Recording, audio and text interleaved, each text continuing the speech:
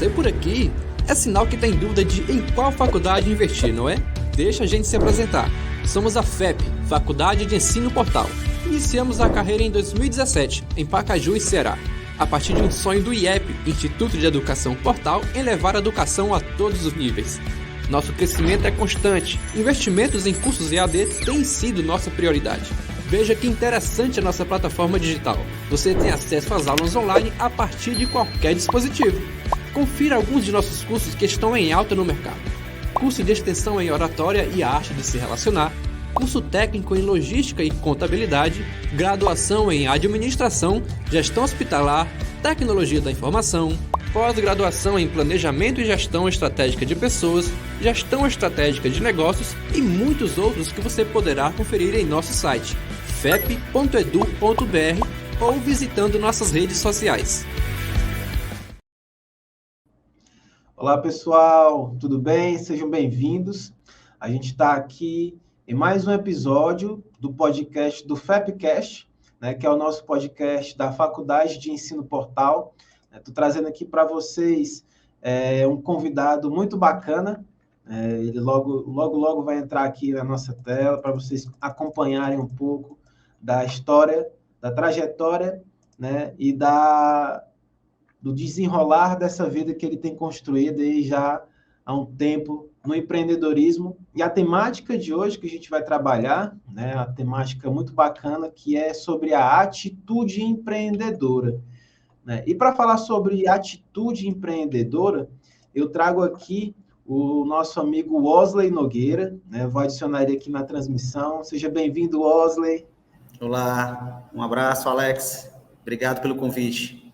O Wesley, ele é responsável pela Avono Gestão, né? Vou passar aqui o mini currículo dele, que o cara tem um currículo muito extenso, ele tem aí 43 anos, está novinho, na flor da idade, né? Graduado em Administração de Empresas pela Universidade Estadual do Ceará, é especialista em Gestão de Projetos e Tecnologia da Informação, já tem aí mais de 15 anos no gerenciamento de projetos de todos os portes, desde os pequenos aos grandes, né, envolvendo aí a área de tecnologia da informação, governança corporativa, BI, que é Business Intelligence, né, além da experiência com consultoria empresarial, na elaboração de plano de negócio, planejamento estratégico, né, estruturação de empresas, estudos de viabilidade, redesenho de processos na gestão e também redesenho de processos operacionais. Grande empreendedor aí na área de alimentação, sendo sócio aí de várias franquias, por exemplo, sócio operador da franquia Divino Fogão e Nacombi, e atualmente sócio da Senhora Empada, grande negócio também, sou cliente lá, sempre estou comprando lá, empada de lá, é deliciosa, né? Consultor associado da Adobe de São Paulo, na área de franchise, consultor head da Avono, né, atuando para empresas como o Grupo Alices, Grupo Central do Corpo, Grupo Bonelli, Sucre Patisserie, entre outros, né? Sócio do Forja, né, um grande negócio aí de impacto, empresa que atua com formação de empresários, networking e geração de novos negócios. Rapaz, o homem é multifacetado. Wesley, fale aí um pouco, se apresente, né, para a nossa audiência, e nós temos aí na nossa audiência hoje jovens, né, temos empreendedores, temos estudantes, temos profissionais que estão no mercado de trabalho, né, que fazem parte aí das mais de 300 empresas parceiras do IEP, né, que é nosso mantenedor, nosso parceiro, né, e conte um pouco de você e como que você enxerga aí já essa temática, né, que a gente vai trabalhar hoje aí da atitude empreendedora. Legal. Mais uma vez, obrigado pelo convite, Alex, e o pessoal do IEP, né? Tenho um carinho enorme por eles. Eu já conhecia a infraestrutura deles, já fiz uma visita lá através de uma amiga querida, que é a Mônica Rabelo. Eu tive a oportunidade de conhecer o IEP. E é sempre um prazer enorme estar em espaços como esse para desmistificar um pouco a visão que se tem sobre o empreendedorismo. De um modo geral, as pessoas fazem uma confusão muito grande com relação a esse tema, porque a associação imediata é o empresário. Quem é empreendedor é empresário. E não é bem assim, né? Há uma diferença muito básica e gritante disso, porque o empreendedor, ele está o tempo todo preocupado em resolver problemas. Ele é um solucionador de problemas. Então, eu posso ser um funcionário de uma empresa e ser um empreendedor dentro daquela empresa. Na faculdade, a gente chama isso de intraempreendedorismo, né? Eu posso estar aqui na minha família e ser aquela pessoa que é a responsável por organizar os eventos, por mobilizar as famílias em torno dos projetos que a família quer participar, e ali dentro do ambiente familiar, ele ser um empreendedor, né? Ele poder colocar a perspectiva de ser um solucionador de problemas para aquele contexto em que ele vive.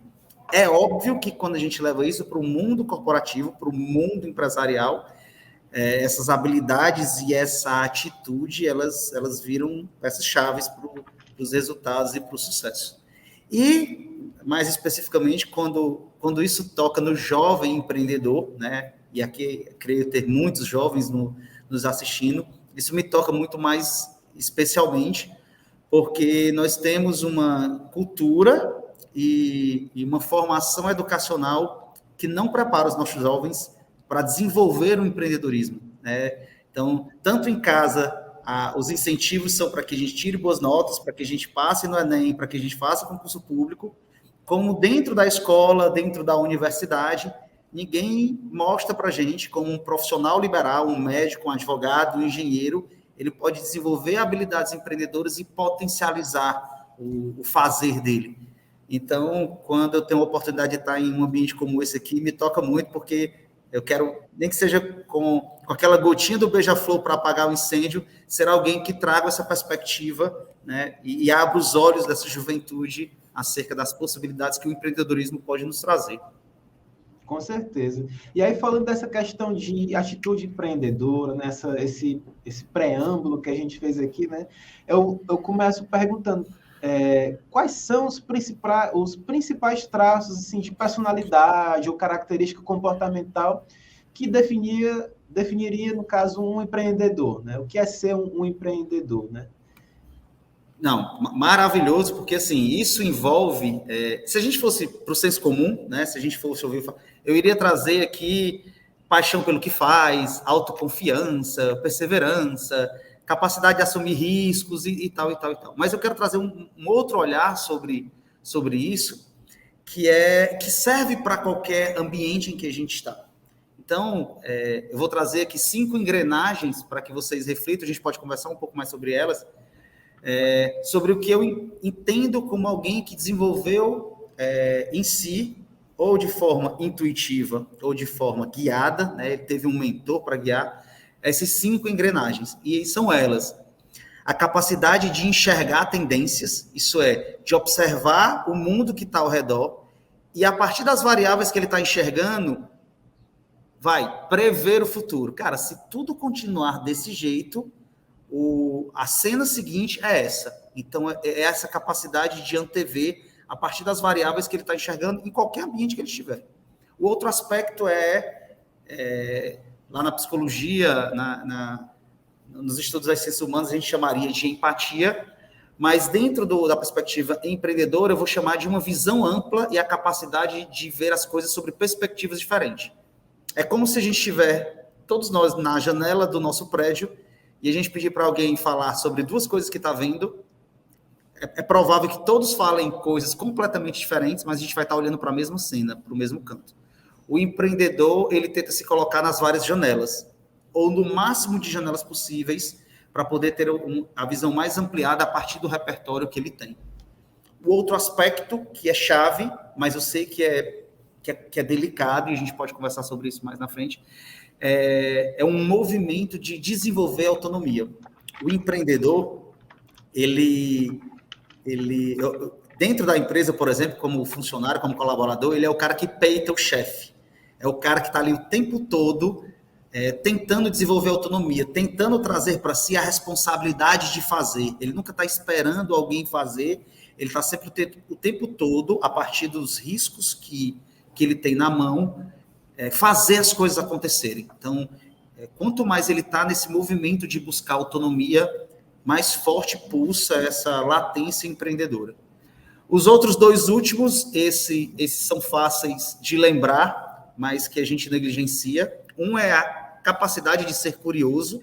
A gente perde isso ao longo da infância, né? A gente, voltando para a questão da cultura, a gente tem uma cultura de não permitir que a gente explore ao máximo a nossa curiosidade. Então, a gente é o tempo todo reprimido, não faz isso, não faz aquilo, não pode subir aí, não pode pegar nisso, cuidado com a tomada, cuidado com o brinquedo, cuidado com o vaso. Então, a gente vai sendo cercado na infância, na adolescência, e aí quando a gente chega na juventude, a gente não quer mais ser curioso, não. A gente quer apenas fazer o que mandam e tocar o barco e rodar a engrenagem e apertar o botão. Então, o empreendedor faz esse resgate à infância, que todos nós temos, isso é natural, é da natureza humana, a curiosidade, mas a gente perdeu por uma série de coisas que aconteceram no nosso ambiente externo, que nos impediram, né, que nos bloquearam esse aspecto da curiosidade. E, por fim, fome de conhecimento. E aqui eu não quero restringir apenas a leitura de livros, que é o que o senso comum tem que trazer para a gente. Rapaz, você tem que ser um leitor voraz. Cara, o conhecimento, ele pode vir através de filmes, através de séries, através do teatro, ele pode vir através das relações humanas, através da nossa capacidade de ir para dentro dos bairros e ver o comércio local funcionando, e ver outros negócios funcionando. A fome de conhecimento está em saber que se alguém tem mais experiência ou mais expertise sobre determinado assunto, eu preciso colar naquela pessoa, eu preciso saber o que ela fez, o que ela estuda, o que ela lê. Então, a fome de conhecimento ela não está restrita à leitura de livros, está restrita à nossa capacidade de buscar mais ferramentas e repertórios para os desafios que vão se impor. Então, eu definiria aí, acerca do que você perguntou sobre os comportamentos, né, empreendedores, nessas 5 engrenagens que, se bem trabalhadas, elas podem trazer os resultados que a gente espera. Muito bacana você falar dessas características, né, desses traços, né, porque eu, particularmente, como um eterno aprendiz, né, eu gosto de perceber isso. Né? Uma das coisas que você falou de sempre estar buscando aprender, né, é uma coisa que a gente vê hoje que as empresas querem muito, que é o profissional no formato T-shape, né, que é o formato T, né, que é quando você é especialista realmente em algo, o qual você vai ter aquele direcionamento do seu cargo, da sua função, mas você tem conhecimentos transversais, né, e aí entra essa questão da curiosidade, entra essa questão de estar sempre aprendendo, sempre estar em processo de aprendizado, para que esse conhecimento transversal ele possa agregar na sua função principal. Né? Por exemplo, você vai trabalhar com comercial, você vai saber só de vendas? Não. Né? Então, o comercial ele não gira só em torno da venda em si. Né? Ele gira também em torno, por exemplo, do atendimento ao cliente, da postura, da fala, da imposição, de conhecer sobre psicologia, de conhecer sobre gatilhos mentais, de conhecer sobre neuropersuasão. Às vezes você precisa fazer uma venda online, então você tem que conhecer sobre e-commerce, sobre ferramentas de vendas digitais. Né? Então, tudo isso envolve, de certa forma, isso que você colocou, né, trouxe muito bem sobre a curiosidade, sobre essa vontade de aprender, né, e essa leitura, né, essa forma de aprendizado não só pelos livros, né, mas também por outras ferramentas que são educativas, né, querendo ou não, um filme ele é educativo, uma série ela é educativa, um livro de ficção ele é educativo, né. Há algum tempo atrás, para quem não sabe, eu já conheço o Wesley há um tempo, né? Ele estava comentando comigo que os processos seletivos dele quer saber muito mais do que o currículo da pessoa, né? Se você puder comentar depois um pouco sobre isso, né? Para poder a pessoa também entender como que você também seleciona profissionais para trabalhar com você, que tem essa atitude empreendedora, né? Você estava falando na época, estava procurando um estagiário, eu acredito, na área de marketing, né? Então, você colocou um pouco do processo, de como que seria, se puder comentar um pouco disso também, é interessante. Legal, interessante isso. Muita gente me pergunta, Alex, sobre isso, em várias rodas que eu vou. Alguém resgata esse processo de seleção que eu fiz há pouco tempo atrás, acho que ainda dentro da pandemia, onde eu abri essa vaga no Instagram, era uma vaga para dois estagiários, e eu fazia basicamente 3 perguntas que funcionavam como uma peneira, né, para mim poder avaliar para eles. A primeira pergunta que eu fazia na época é: qual era o nome da mãe do segundo lugar do Big Brother, do vice-campeão do Big Brother daquele ano. Era essa a primeira pergunta. Qual o nome da mãe do vice-campeão do Big Brother do ano, se eu não me engano, 2021, se eu não me engano. A segunda pergunta para ele era o que lhe faz nas horas de lazer, e se fosse assistir Netflix, que séries ele me indicaria? Então, assim, o que ele faz na hora de lazer? Se ele vai responder Netflix, ele me indique uma série que ele assistiu lá na Netflix. E a terceira pergunta era o que está tocando na playlist dele agora? Que músicas estão tocando na playlist dele agora no Spotify? E aí todo mundo se assustou, né? Achou super estranho, perguntando se era brincadeira aquilo ali. Pensa, brincadeira, essa vaga não existe. Essa vaga existe, eu vou selecionar as pessoas.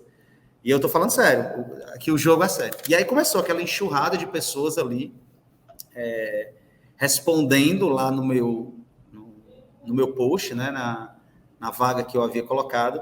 E aí eu vou te dizer assim, um número que me assustou absurdamente e que eliminou quase 70% dos candidatos. Que 70% deles responderam lá no post para a primeira pergunta sobre qual o nome da mãe do vice-campeão do Big Brother. Era de que assim, eu não assisto Big Brother, eu não sou alienado, eu não assisto esse tipo de programa, eu não consumo esse tipo de conteúdo, ou simplesmente eu não assisti, ou eu não sei. Cara, bastava ir no Google. Dá um Google. Dá o Google. Então, assim, já mostra o engessamento das pessoas sobre uma pergunta que é muito simples. Eu não perguntei se ele gosta de Big Brother, se ele é fã do Big Brother. Eu fiz uma pergunta muito clara e muito objetiva. Bastava ir no Google. E os 30% que passaram disseram, cara, eu não assisto, mas pesquisei aqui no Google, o nome da mãe dele é tal. Por exemplo, quem assistiu o programa dizia assim, olha, eu assisto o programa, o nome da mãe dele é tal, inclusive rolou uma polêmica sobre a mãe dele ser a Glória Pires, e isso repercutiu muito e tal. Então, esses 30% passaram na peneira. A segunda pergunta não era, basicamente, eliminatória, apesar de ter eliminado algumas pessoas, que a maioria foi assim, nos meus momentos de lazer, eu leio livro. Nos meus momentos de lazer, eu estou estudando. Nos meus momentos de lazer, eu prefiro trabalhar. Não pode, mano. Tem algo errado com você, irmão. É verdade. Eu não posso trazer alguém para cá, da onde eu vou, ao máximo, usar o máximo do tempo dele aqui comigo para produzir, e quando ele não estiver comigo, ele quer continuar também fazendo isso. Não, cara, tu precisa de momentos de respiro. Então, algumas pessoas que ou estavam tentando me induzir de que eram pessoas que iriam trabalhar 14 horas, 16 horas. Amigo, tu é estagiário, tu não precisa isso agora, né? Vamos dar tempo ao tempo. Então, uma parte foi eliminada, mas basicamente o que eu queria era entender o que essa pessoa que viria trabalhar comigo faz nas horas de lazer. Ela tá com família, ela vai para a praia, ela gosta de dormir. Ela gosta de dormir, ela gosta do Netflix, e no Netflix o que é que ela assiste, né? E aí, por exemplo, algumas pessoas no Netflix foram lá no Netflix, foram dizer que Netflix, e aí ninguém quer colocar uma série boba, uma série de lazer, não. Quer todo mundo botar uma série que traz uma reflexão. Eu disse, não, rapaz, vocês não entenderam a pergunta. E só quem me respondeu, ou quem me pareceu muito sincero na resposta, foi que passou para a etapa seguinte. E aí, nessa etapa, né, nessa última etapa, veio a conversa presencial, foi quando eu selecionei lá o estagiário. E aí muita gente me perguntou, Osli, e o que é que tem a ver a lista do Spotify? Cara, a lista do Spotify é porque na sexta-feira, à tarde, ele sentado na mesa dele, com o fone de ouvido, como é comum em todos os jovens, eu vou pedir para ele a permissão para ele tirar o fone de ouvido do notebook para que a gente ouça a playlist dele. É só para saber se ele mentiu para mim no processo de seleção. Porque na sexta-feira à tarde, na primeira semana de trabalho, se ele diz lá que escuta Beatles, que só escuta Beatles, Elvis e Rolling Stones, e quando eu tiro a playlist está tocando João Gomes, irmão, tu mentiu para mim no processo de seleção. Tu não foi honesto comigo no processo de seleção, e eu não tô te julgando pelo que tu escuta, não. Eu só quero que você seja honesto comigo. Então, assim, felizmente, esse que foi selecionado estava ouvindo lá um Metallica. Ele não tinha listado o Metallica lá, mas ele tinha colocado heavy metal e tal, rock. E aí, quando ele tirou, aí ele botou as bandas que ele gosta, mas quando ele tirou, ele estava ouvindo lá um Metallica, um rockzinho mais mais massa e tal. Eu disse, cara, porque tá... Aí, mas por que não? Por nada. Só preciso saber se tu mentiu para mim no processo seletivo. Porque a honestidade, ela é fundamental nas relações de trabalho, né? Com certeza. Se você é desonesto comigo na partida, rapaz, nós vamos estar em apuros dentro dessa relação. E aí foi um sucesso esse processo de seleção, porque mexeu com todo mundo. E depois eu contei, né, para quem foi eliminado, do porquê que foi eliminado, e muitos deles chateados. Eu não sabia que podia perguntar que podia pesquisar no... Amigo, se as regras não estão claras, tá valendo tudo. Desde que não infrinja a lei, desde que não desrespeite, não desonre ninguém, cara, vai pro jogo, mergulha. Ou tu acha que aqui no ambiente de trabalho funciona como na escola? Tu só faz a prova, não faz a prova de calculadora, isso é, uma conta que tu faria em 30 segundos, tu tem que levar 30 minutos. Não, pô, eu preciso de produtividade. E tu tem que ser produtivo, tu tem que ser proativo, né? Não precisa estar aqui lembrando quem foi ou se tu assistiu. Eu quero que tu corra atrás da informação, né? E isso envolve muito também, até um ponto que eu tenho aqui, que é essa mentalidade empreendedora, né? De solucionar problemas, né? De resolver conflitos, né? Que são soft skills que a gente vê hoje, tem várias pesquisas que apontam que são soft skills da nova era, que é buscado em todas as empresas, né? Que é relacionamento, a questão da pessoa conseguir se relacionar bem com as pessoas, resolução de conflitos, né, que a FEP, a gente tem um curso de mediação, gestão de conflitos, que para os nossos parceiros a gente está abrindo aí uma condição exclusiva, né, por um tempo determinado a gente vai ceder eles de forma gratuita, então é um curso muito bacana. Quem tiver dúvida, quem quiser, procura depois a gente nas nossas redes sociais e perguntar, o Alex falou lá no podcast, que tem um curso de mediação de conflitos gratuito para as empresas parceiras, que aí a gente resolve.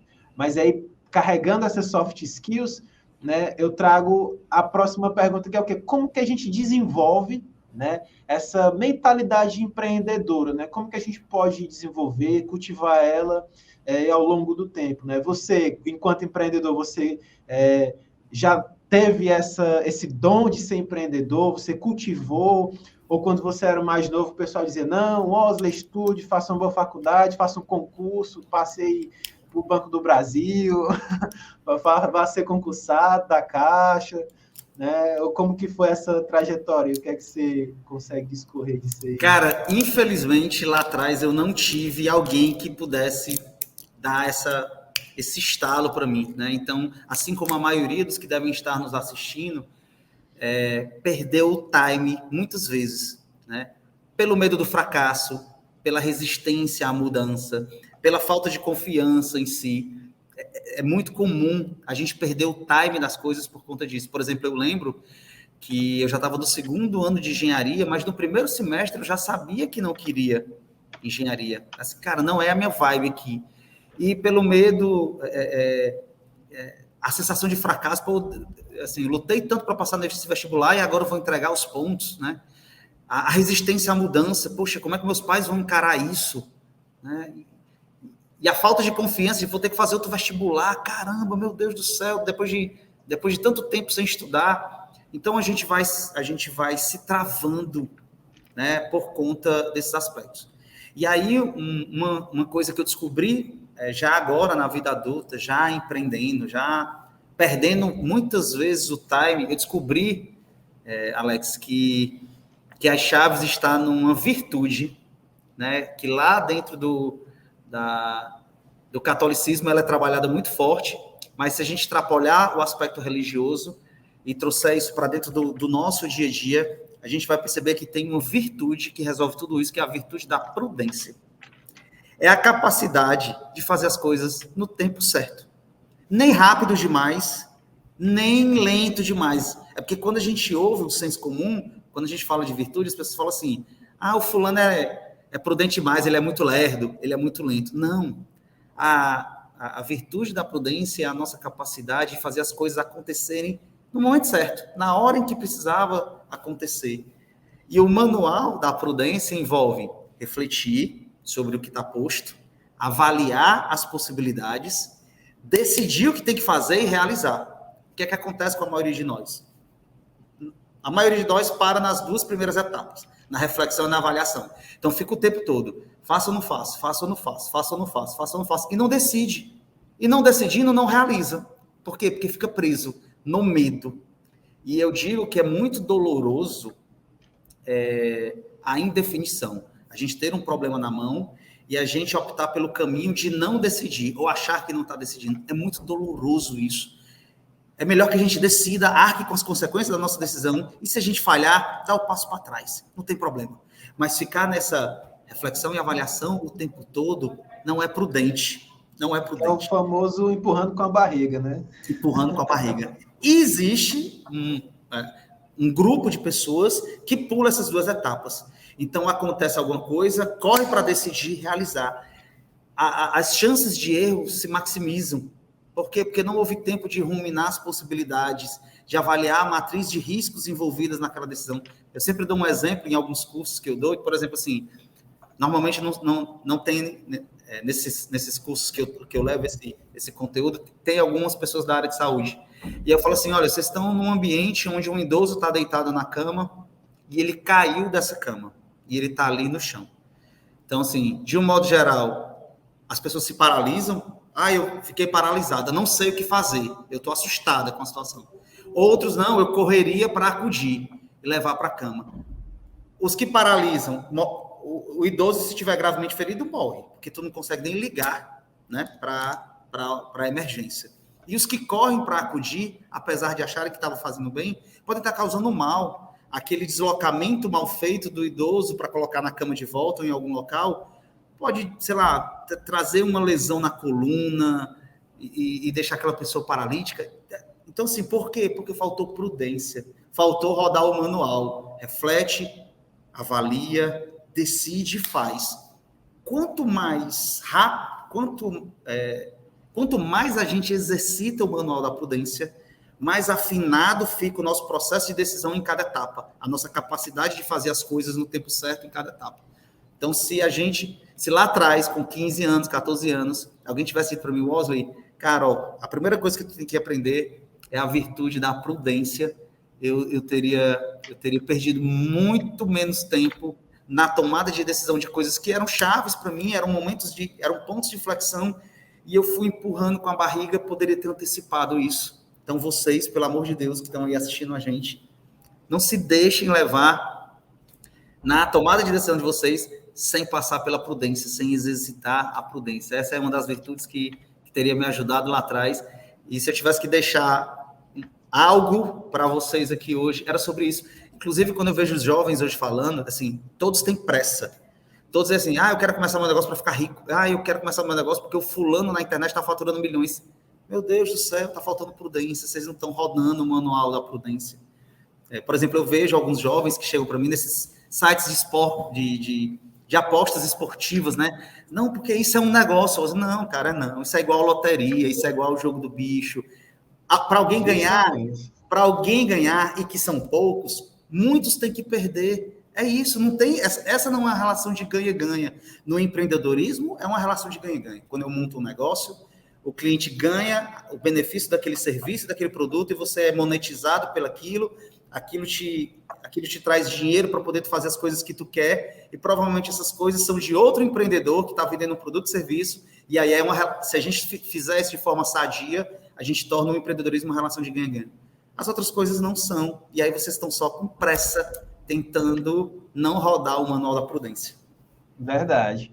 Tentando ganhar dinheiro fácil, né? Que hoje a gente vê muito esse, que é o jovem, né? A gente vive numa era em que a informação ela é muito rápida, né? Então, a gente vive numa era da informação rápida, de consumo rápido e volumoso de informações. Então, quanto mais rápido o jovem ele consegue ter essas informações, mais ele quer, eu quero começar logo meu negócio, eu quero ter o meu dinheiro, eu quero ter minha independência, eu quero ter minha autonomia. Aí eles acham, né, que esses caminhos que o pessoal está tendo sorte, entre aspas, né, são os caminhos mais fáceis, e não é, como você falou, né? Por exemplo, esses sites de aposta, para 1, 2, 3 ganhar, 10 perdem. Então, são jogos de azar, né? Então, assim, só é regulamentado, né? A diferença é essa.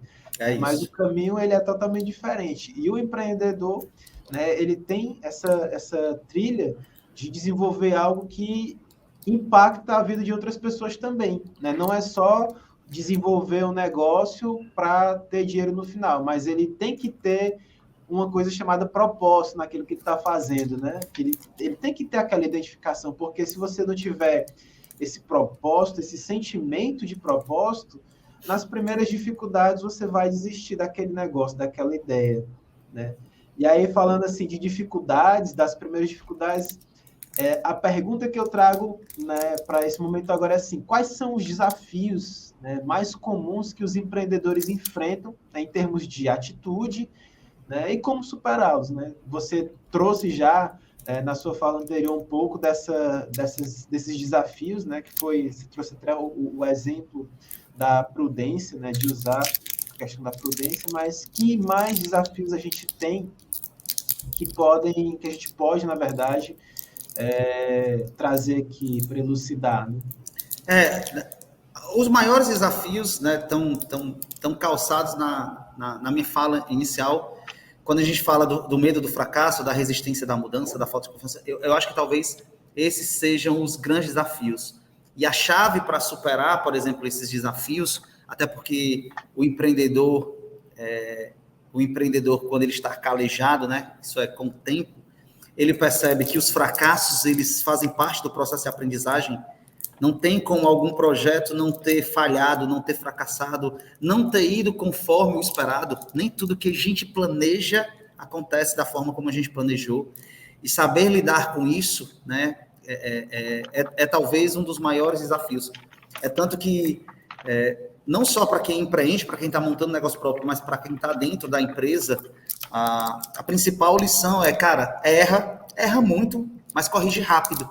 Então, assim, aprende com o erro, faz do erro o processo de aprendizagem. Então, tu está aqui o tempo todo, disposto a errar, disposto ao risco de fracassar, mas com a capacidade de mudar o gatilho, né? Mudar a chave, corrigir rápido e aprender com aquele processo para, na próxima tomada de decisão, tu entender o que aconteceu.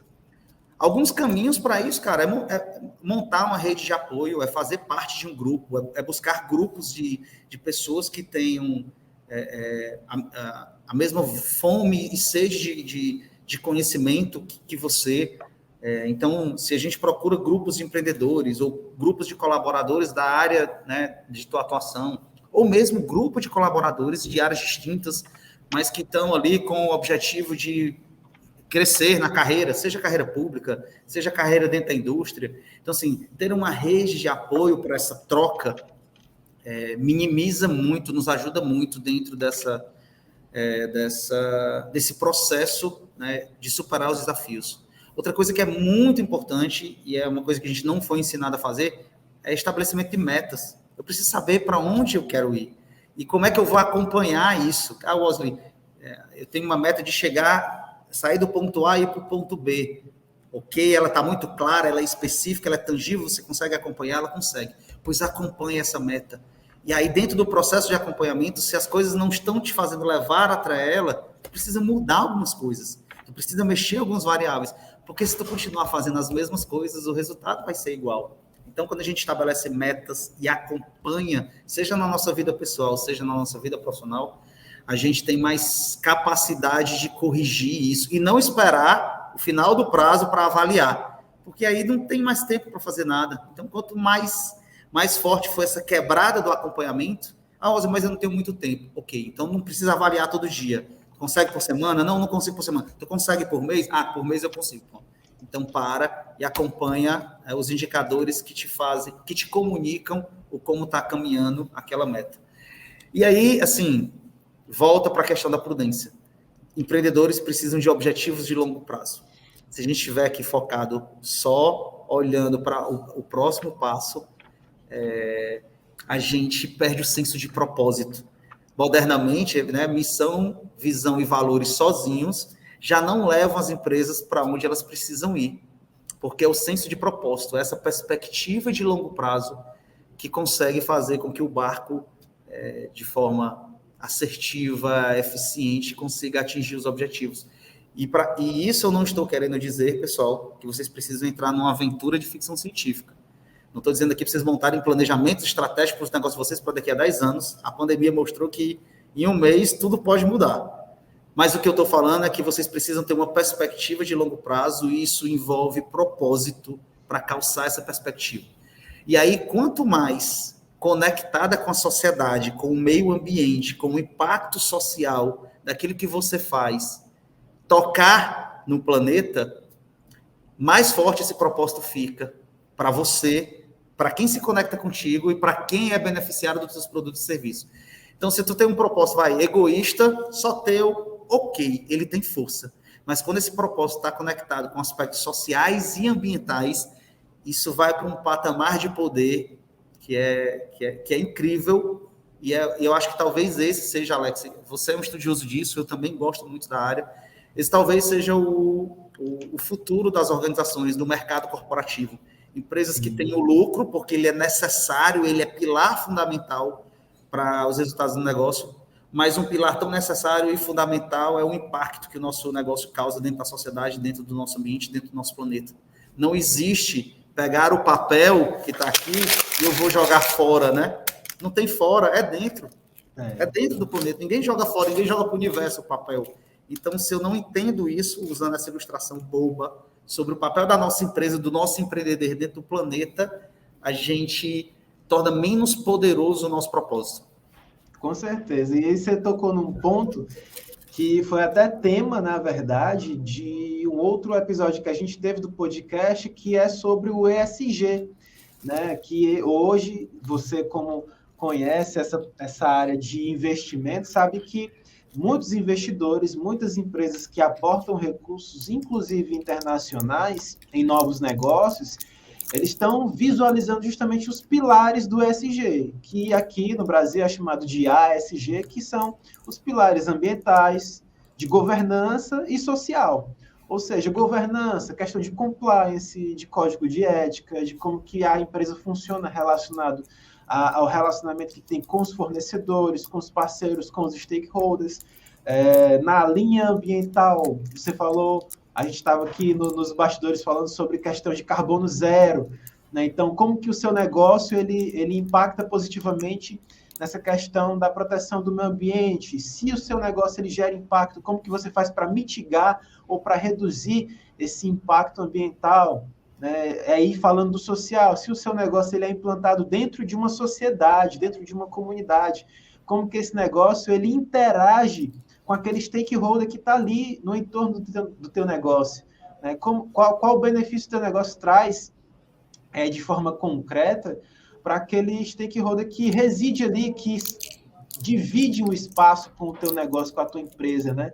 Então, é muito bacana essa perspectiva de entender que, independente do negócio, quando você tem um propósito que agrega pessoas e que as pessoas acreditam nesse propósito, você consegue trazer mais pessoas para caminhar junto com você dentro do seu projeto, né? E você consegue também, dentro dessa perspectiva, impactar, né, a vida da sociedade em si, né, do meio ambiente também, com esse propósito. É muito bacana. É isso mesmo, é isso mesmo. Assim, eu sou um entusiasta disso. Eu tenho, toda vida que um empreendedor, dentro das consultorias ou das mentorias empresariais, eles querem trazer essa perspectiva, né, de que as empresas dele, de alguma forma, eu consiga encontrar mecanismos para ele impactar, né, a sociedade, o meio ambiente. Isso mexe comigo, eu até brinco com eles, assim, se todos os meus clientes soubessem disso, eles traziam isso para a pauta na primeira reunião e eles teriam uma entrega de mim muito mais potencializada, porque isso me toca muito especialmente, e acho que é uma coisa, é como você colocou, os investimentos caminham para isso, o olhar do consumidor está mais atento a isso, a que produtos e serviços ele quer consumir, e é como eu disse, o empreendedorismo, o empreendedor ele é um solucionador de problemas. E assim, onde tem problemas, isso é, dentro dos países mais pobres, dentro das comunidades mais, né, socialmente mais vulneráveis e tal, há muitos problemas ali. Então, se eu tiver um olhar de solucionador de problemas, eu posso encontrar oportunidades dentro daquele ambiente. Por exemplo, toda vida que eu vejo o Edu Lira, né, com a Geraldo Falcões, falando em transformar a favela numa peça de museu, pronto, esse é o olhar empreendedor. Ele enxerga dentro da favela uma série de problemas, só que ali há oportunidades de construir um ecossistema sustentável, próspero, né, e feliz, por que não? Né? E aí, quando eu vejo os movimentos dele de usar toda a cadeia produtiva que está no entorno da favela, a mão de obra que está ali, né? E aí, indo nos investidores que estão sensíveis, indo nos meios de comunicação que estão sensíveis à pauta, né? Fazendo toda essa rede de apoio funcionar em torno do propósito dele, pronto. Então, se a gente pegar o caso dele e trouxer para o nosso microcosmo, para o nosso pequeno empreender, a gente vai conseguir encontrar ferramentas para resolver uma série de problemas na nossa empresa, no nosso bairro, na nossa cidade, e isso pode virar uma oportunidade de negócio. Solucionar problemas é tudo que a gente precisa. Toda vida que a gente fala com empresas sobre, Wesley, eu queria criar um produto ou um serviço que seja um sucesso, cara. Cara, procura um problema e soluciona aquele problema. Acabou-se. Não tem outra coisa. É isso que acontece com os bons produtos, com os bons serviços. Eles enxergaram um problema e eles encontraram uma solução maravilhosa para aquele problema e aí eles viraram um sucesso. Com certeza. Né? E pensando aqui um pouco, né, quando a gente fala de atitude empreendedora, a gente falou aqui um pouco de desafios, né, eu entendo que a gente tem duas peças fundamentais nesse processo, que é a persistência e a resiliência. Né? Então, como que a gente... eu queria que você falasse um pouco do papel da persistência e da resiliência na vida do empreendedor, né? Que tem essa atitude empreendedora, né? Também.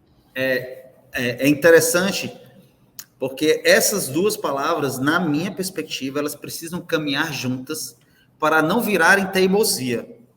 Porque é muito comum, né? Eu me deparo com muitos empreendedores abraçados ao negócio, que não tem mais mercado, que não tem mais espaço, que o local onde ele tinha inserido aquela solução já não funciona mais para aquela solução que ele inseriu, e aí ele está ali e diz, não, Oscar, mas eu preciso ser resiliente, eu preciso suportar esse momento que minha empresa está vivendo, e eu preciso persistir na minha ideia. Mas, claramente, quando a gente coloca isso dentro de uma ferramenta para avaliar cenários, em nenhum dos cenários aquele negócio se mostra viável. E ele está apenas sendo teimoso, apegado a uma ideia, a um sonho, a um projeto. Então, é por isso que eu gosto, Alex, dessas duas palavras juntas. E aí a persistência, ela tem relação não com a coisa em si, mas com o propósito. O teu propósito pode ser alcançado através de várias outras ferramentas.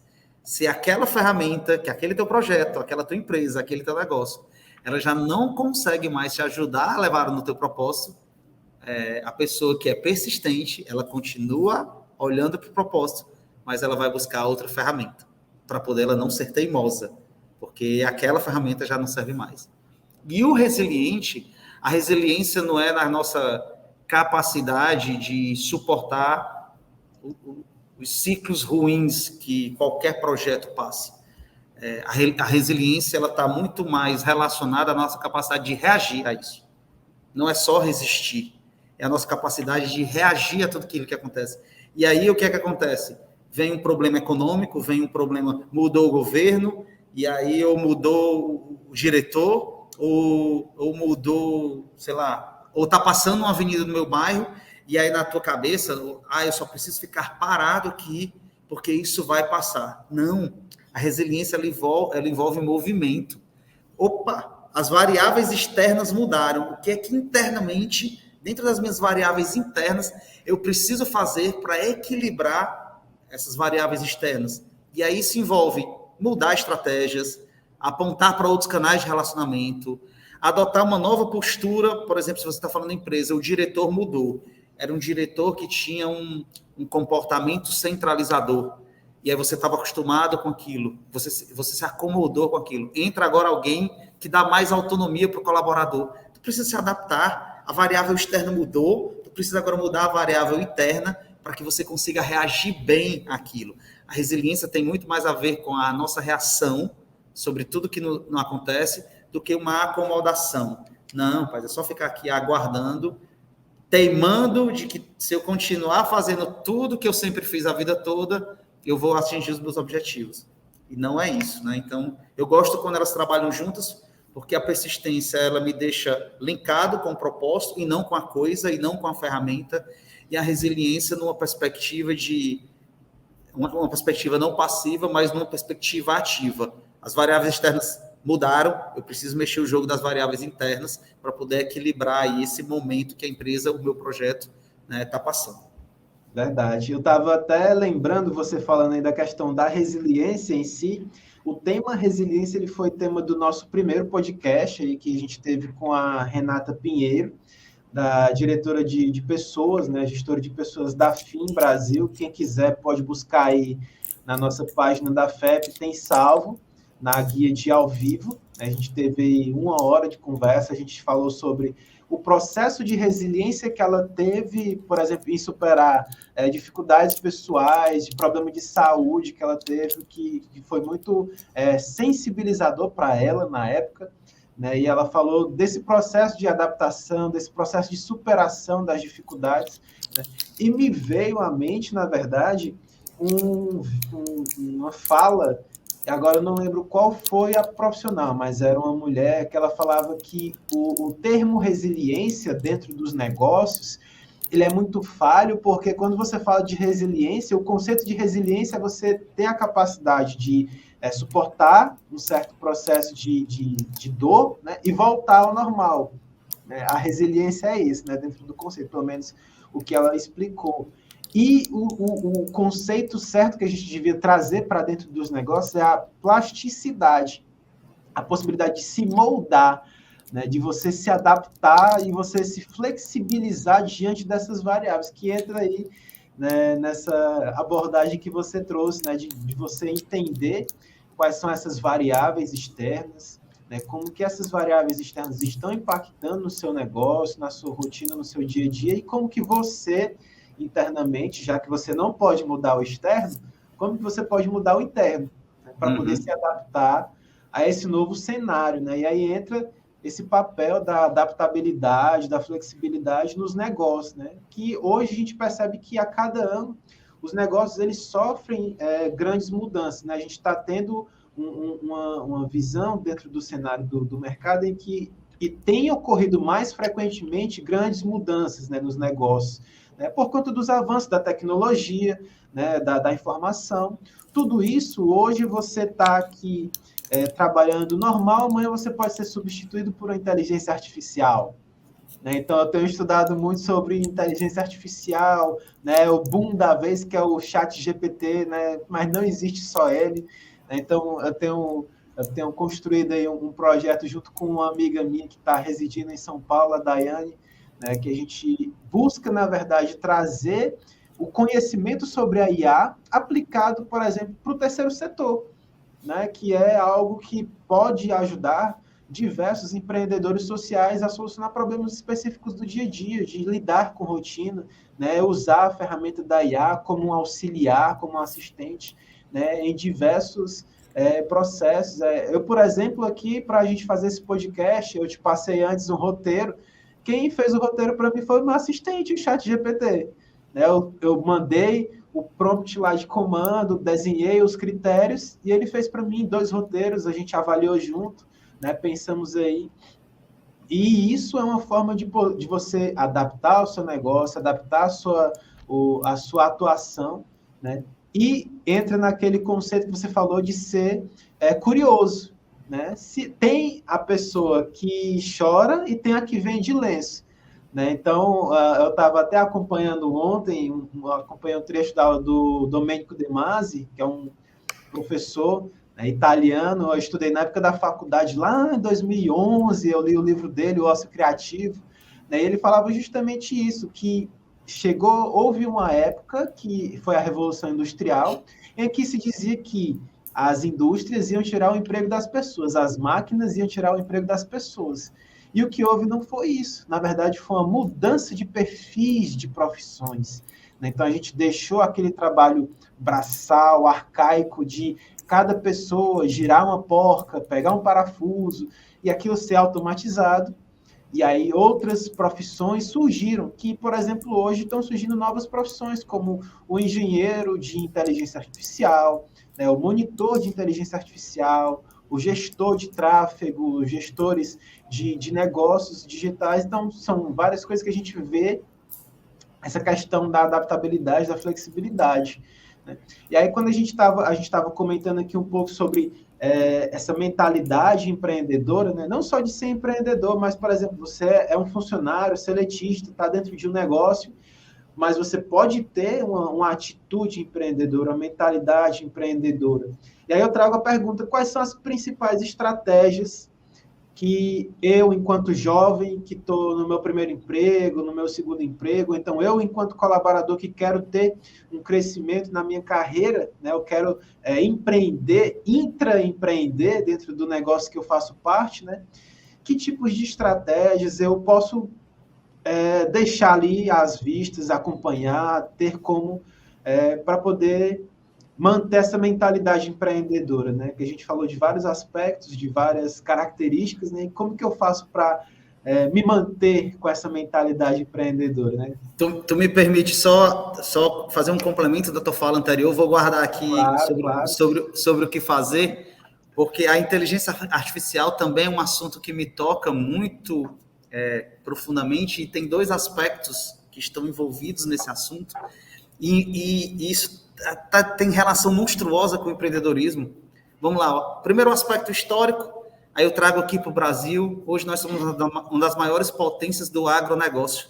O que aconteceu com as pessoas que faziam arado, que capinavam o chão, e foram substituídos por aquelas máquinas que mais parecem dinossauros, grandiosas, enormes? Se alguém tiver a oportunidade de pesquisar no Google e ver, assim, uma máquina, em 1 hora, faz o trabalho de 100 homens, de 150 homens, uma coisa absurda. Mostra para onde foram essas pessoas. Essas pessoas viraram cientistas genéticos, essas pessoas foram estudar biologia, foram estudar agronomia, foram se especializar em genética de grãos. É isso que aconteceu. Se você assistir o Globo Rural no fim de semana, são as mesmas pessoas simples, são os filhos daquelas pessoas simples que não saíram do campo, mas resolveram desenvolver a inteligência dela para aquilo que era necessidade. Porque o trabalho braçal não era para humanos.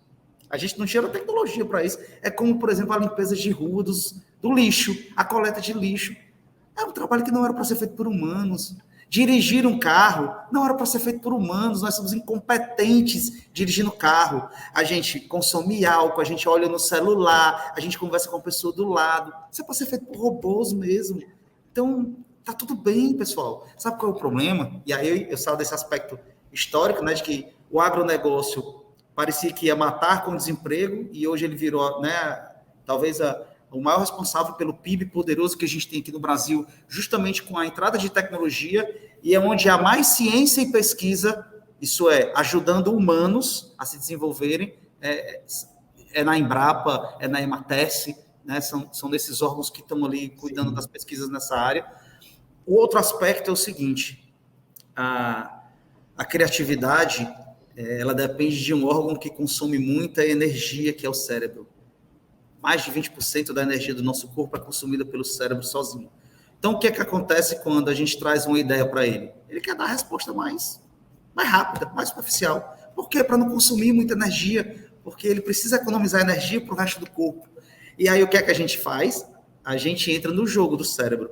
A gente não se permite mergulhar mais fundo nas combinações, não ficar satisfeito com a primeira resposta e tentar buscar outra solução, outra alternativa. E aí o que acontece? As funções executadas de forma medíocre, superficiais, vão ser feitas pelo robô. É por isso que a resposta dele é rápida. Se o meu prompt for muito complexo, ele para um pouco mais para pensar. Por quê? Porque eu tive que ir mais longe. Eu tive que fazer com que o cérebro mecânico dele não viesse com a primeira resposta. Porque é assim que a gente faz. A gente dá a primeira resposta para economizar energia. Assim são os processadores. Para economizar energia, e que não é pouca, eles dão uma resposta superficial. Aquela que está ali, ó, na superficialidade. Mas ela é medíocre. Aí o que a gente tem que fazer? A gente tem que ir mais fundo. nas nossas respostas, na solução dos nossos problemas. E o último aspecto é, pessoal, não nadem contra a maré. O tsunami está chegando mais rápido. A inteligência artificial, ela não é uma coisa que a gente consiga segurar e a gente decida se a gente vai utilizar ou não. Nós seremos engolidos. Então, se vocês não estiverem fazendo como o Alex, como a Daiane, como eu, e aproveitando isso para potencializar o meu trabalho, né, o meu empreender, a minha inteligência, vocês estão navegando, vocês estão nadando contra o tsunami, e fatalmente vocês serão engolidos por ele, quando vocês poderiam estar surfando nele.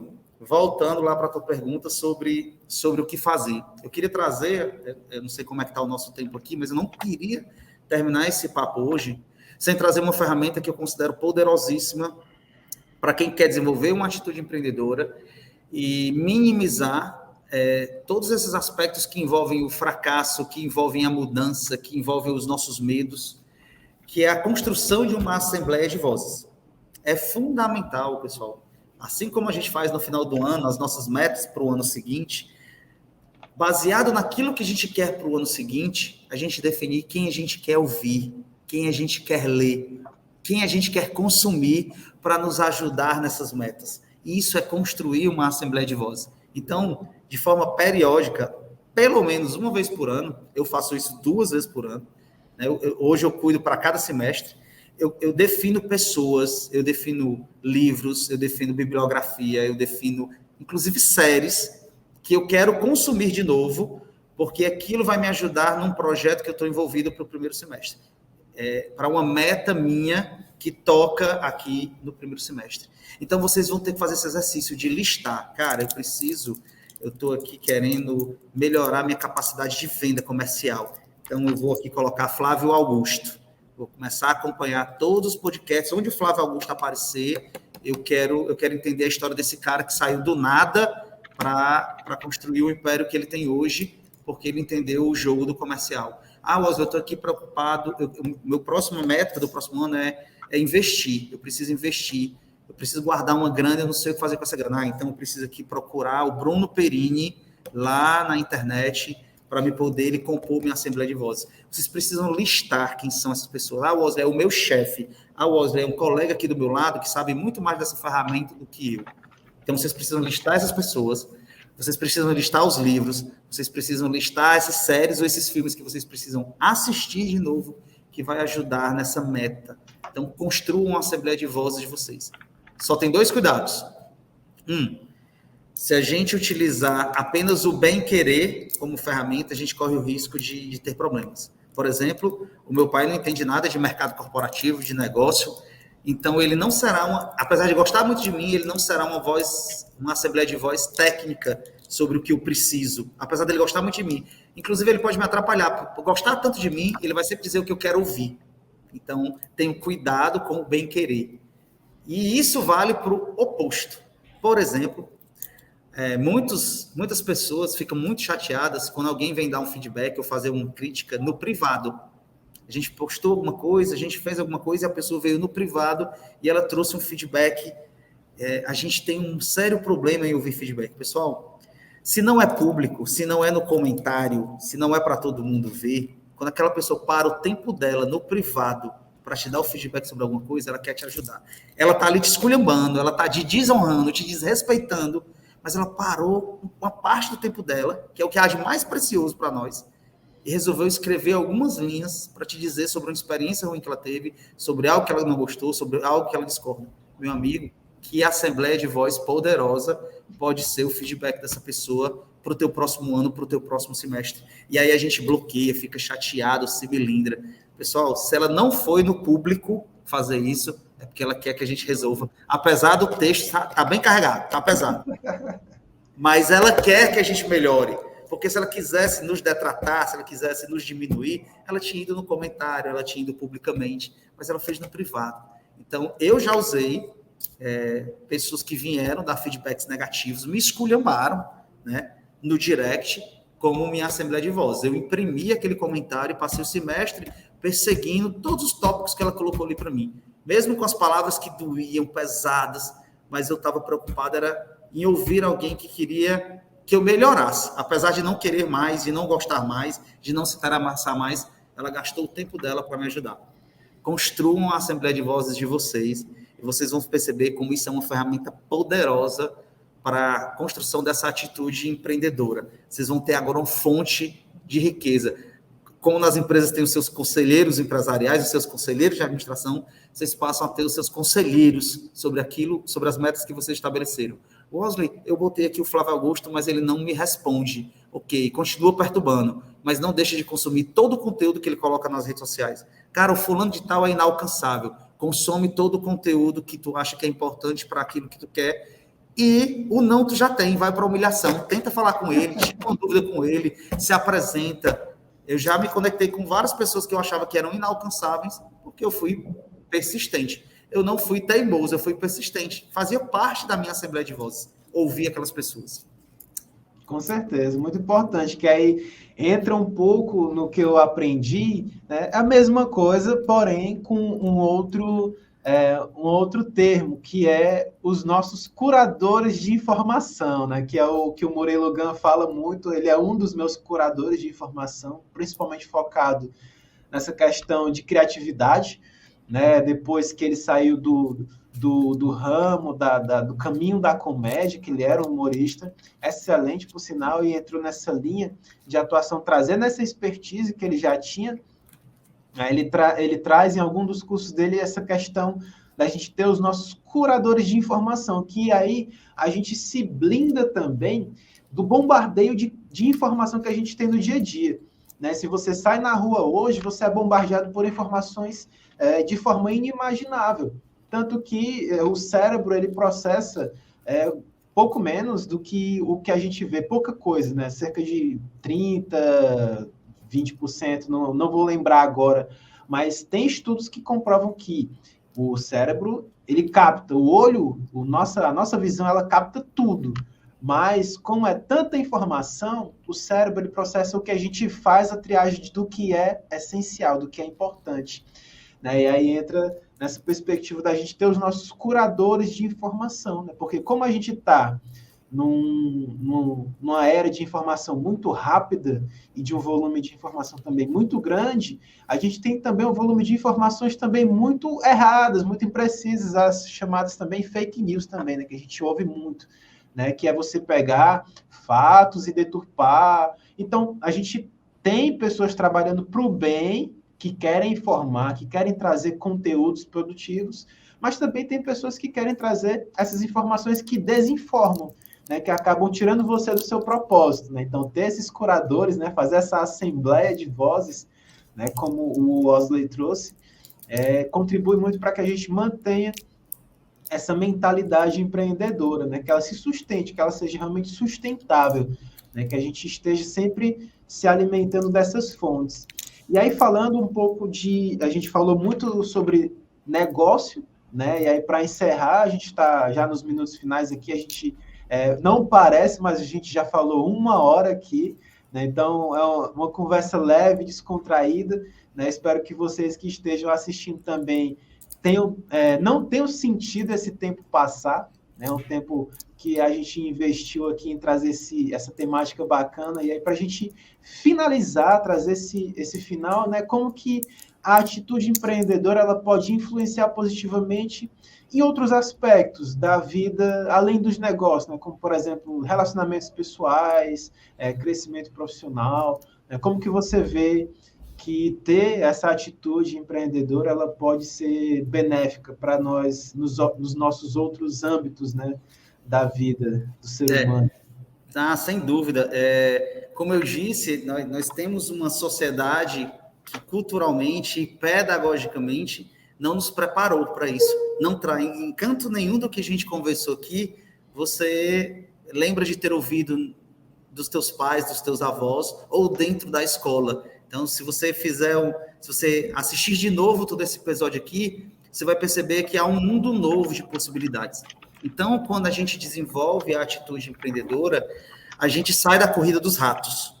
Isso está todo mundo correndo para cá e eu vou entrar nessa corrida porque está todo mundo fazendo a mesma coisa. Não, a gente passa a ter a capacidade Lembra lá no começo, quando eu estava falando de ter perspectivas diferentes, de olhar as coisas sobre perspectivas diferentes, repensar aquilo que a gente está fazendo e enxergar tendências. E aí, imaginem isso nas tuas relações pessoais, na tua relação familiar, na forma como você se relaciona com a tua esposa, com a tua companheira, com os teus filhos, como tu se relaciona com a tua vizinhança. Por exemplo, quando eu coloco o manual da prudência para poder a gente fazer o processo de tomar decisão, cara, isso vale para tudo na vida. Isso vale para a faculdade que eu vou fazer, isso vale se eu vou investir grana na minha empresa agora, ou se eu vou fazer esse MBA para buscar uma vaga nova que surgiu na minha empresa. Refletir, avaliar, decidir, realizar, que é o manual da prudência, ela serve para qualquer aspecto da nossa vida. Então, assim, percebam que desenvolver tudo que a gente está colocando aqui, que são aspectos do empreendedorismo, eles nos tiram dessa corrida de ratos que, de um modo geral, a gente foi tangido a participar. Então, faz com que a gente saia dessa corrida e passe a enxergar as coisas sobre outro prisma. Eu vou trazer um componente a mais aqui, e é o que eu tenho observado. Quem entende esse jogo do empreendedorismo, de ser um solucionador de problemas, vai refletir comigo, por exemplo, quando lá na década de 90 a gente falava de o que era moda, o que era moda treinar na década de 90, e era o inglês, né? Todo mundo queria treinar a habilidade do inglês. Era uma habilidade técnica, não era uma soft skill. Nos anos 2000 era informática. Todo mundo queria fazer um curso de informática. E agora, eu pergunto para vocês, o que vocês acham que é a nova habilidade? Não é mais uma hard skill, não é mais uma habilidade técnica como foi o inglês nos anos 90 ou a informática nos anos 2000. É comunicação. É a nossa capacidade de se comunicar. E eu não estou falando de falar em público, não. Estou falando de conseguir transmitir uma mensagem clara, objetiva, que possa ser compreendida. É a nossa capacidade de, através da nossa comunicação, envolver as pessoas que estão no nosso entorno. Não importa se tu é tímido, se tu é extrovertido, se tu é um cara mais expansivo, se tu é um cara mais na tua. A comunicação, a forma como tu escreve, como tu fala, como tu se posiciona, são as chaves para o que vai acontecer depois. E essa é uma dos aspectos do empreendedorismo que vocês mais vão ouvir falar nos próximos anos. É provável, inclusive, que vocês comecem a ouvir falar de escolas que vão te ajudar a desenvolver a comunicação. Talvez fique comum, como foi cursos de informática e cursos de inglês na década de 90, escolas de comunicação. Como é que eu desenvolvo uma comunicação que consegue tudo isso que a gente conversou aqui, potencializar o nosso empreender, a nossa capacidade de solucionar problemas. Acho que talvez seja esse o recado final sobre tudo aquilo que a gente conversou aqui. Acho que vale a pena vocês reverem isso aqui. Esse papo com o Alex nos trouxe muitas possibilidades de ferramentas que a gente precisa tomar nota, a gente precisa entender e começar a utilizar isso em nosso favor. Com certeza. E aí, para complementar, né, isso que você falou da questão da comunicação, eu tenho aqui, na verdade, uma surpresa para quem está assistindo, né? Esse aqui só vai ser para quem está assistindo. A gente vai deixar na descrição do vídeo do YouTube o telefone do nosso WhatsApp do comercial, e a gente vai dar gratuitamente para quem assistiu esse podcast o curso de oratória e a arte de se relacionar. A gente tem um curso na plataforma da FEP, né, que ele aborda justamente essa questão de como você se portar, como você falar, como você se comunicar melhor, né, e aí a gente vai fazer essa campanha. Em todo episódio a gente vai trazer um curso, né, para sortear aqui e para trazer de forma gratuita. E nesse episódio específico, né, aproveitando aí a fala do Wesley, eu vou deixar disponível para todos o curso de oratória e arte de se relacionar. Ele está na nossa plataforma digital de ensino da FEP. Vocês vão lá no nosso WhatsApp e vocês vão digitar para nós o cupom que vai estar na descrição do vídeo, tá certo? Aqui embaixo na descrição do YouTube, quando a gente subir, vai estar lá na descrição do vídeo o cupom. E esse cupom vocês vão digitar no WhatsApp para a gente, que é a nossa área comercial. No caso, eu vou responder vocês. A gente vai abrir uma vaga gratuita para vocês participarem desse curso, né? E já entrarem nessa mentalidade empreendedora e já começarem a investir, né, em si mesmo como pessoa, né? Não só como profissional. Bacana? E aí, Wesley, Para a gente finalizar, né, a gente está aqui já com uma hora de diálogo, né, queria agradecer a sua disponibilidade, né, o seu tempo, que é precioso, né, a gente tem aí uma vivência de anos juntos, né, então eu vejo o seu dia a dia, a sua rotina, em nome da Faculdade de Ensino Portal, né, do Instituto de Educação Portal, eu agradeço, né, esse momento que você trouxe aqui para nós, de partilha do seu saber, da sua experiência, né, de mercado, de profissional e de vida, né, que a gente possa impactar positivamente os jovens, os colaboradores, os adultos, né, todos, na verdade, que estão acompanhando esse episódio aí do FAPcast, né, do nosso podcast da Faculdade de Ensino Portal. E, para finalizar, eu queria que você deixasse uma mensagem final, né, um comunicado, né, deixe suas redes sociais, eu já coloquei aqui embaixo, né, 2 Instagrams principais, que é o da sua Forge, que é o negócio que você comentou, né, e também o seu Instagram profissional, Wesley Nogueira, né, mas caso você queira disponibilizar outras informações, você pode colocar aí, pode falar, na verdade, que aí depois a gente deixa descrito na descrição do vídeo. Não, maravilha, só tenho a agradecer pela oportunidade dessa conversa, dessa troca, assim, eu sou um entusiasta disso e acho que a gente precisa levar esse assunto para os 4 cantos, né?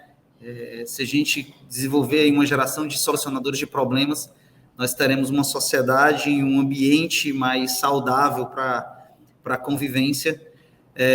Como você já falou, vocês podem me acompanhar lá no @Wesley Nogueira, se conectar comigo, me chama no direct, sou eu mesmo que respondo, não tem ninguém respondendo por mim, então se vocês têm uma dúvida, se querem trocar uma ideia, um insight, eu estou por lá. O @SuaForja é o nosso ecossistema de empreendedores, então lá no nosso Instagram tem um link para acessar o nosso grupo, e aí a gente tem hoje um grupo com mais de 200 empreendedores, profissionais liberais, pessoas que têm cargos dentro da empresa, não são necessariamente pessoas, não são empresários necessariamente.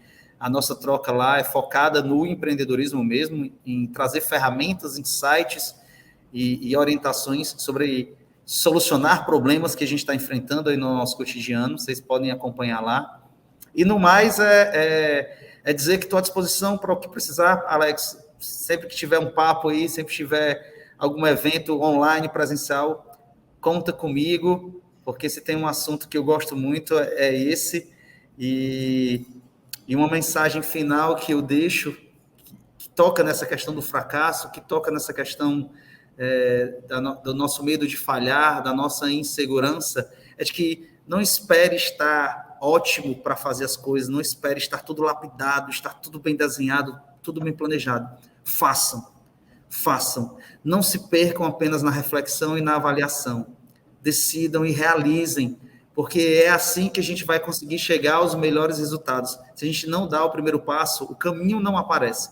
Então, não fiquem aí presos nos medos, nas aflições, nas angústias, no que os outros estão dizendo. Vão lá e façam e deixem o caminho se abrir aí diante de vocês, tá bom? Show, Wesley, te agradeço, muito obrigado. Pessoal, a gente vai encerrar, né, esse nosso episódio de hoje do podcast, que falamos sobre atitude empreendedora. Né? Se você está chegando agora no final da nossa estreia do vídeo, volta lá para o começo, né, aproveita, que foi um papo super bacana. Né? Tenho certeza que de mais de 1 hora, com certeza, pelo menos 10 minutos, você vai aproveitar, você vai trazer para a sua vida e com certeza vai fazer diferença.